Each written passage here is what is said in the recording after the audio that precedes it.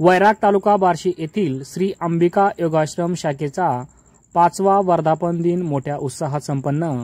भारताने जगाला केवळ शून्य नाही दिले तर योगाचे अनमोल धन दिले। योग केवळ तंदुरुस्तीचे नव्हे तर आनंद प्राप्तीचे साधन असल्याचे श्री अंबिका योगाश्रम ठाण्याचे संस्थापक अध्यक्ष विनायक देसाई यांनी सांगितले।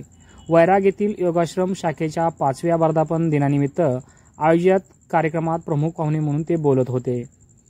हठ योगी निकम गुरुजींच्या स्मृतींना उजाळा देऊन त्यांनी भारतीय संस्कृतीमधील प्रत्येक सणांच्या मागे असणारे शास्त्र त्यांनी उलगडून सांगितले। योग साधकांनी आपली स्वतःची योग जीवन पद्धती बनवावी। अंबिका योगाश्रमाच्या सर्व शाखांमध्ये सर्वसामान्यांसाठी आरोग्याविषयी समस्यावर प्रकल्प राबवणार असल्याचेही त्यांनी यावेळी सांगितले। अंबिका योगाश्रम वैराग शाखेचे अध्यक्ष दत्तात्रय उंडाळे यांनी शाखेच्या 5 वर्षातील कामाचा आढावा मांडला।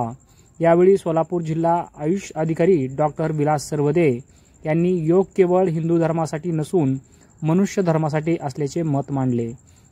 धाराशिवचे आयुष अधिकारी डॉक्टर गजानन पर्ळीकर, राजयोग शिक्षक संघाच्या प्रांजली लागू यांनी मनोगत व्यक्त केले। शंकर डावारे यांनी आभार मानले तर सुहास ढेकणे यांनी सूत्रसंचालन केले।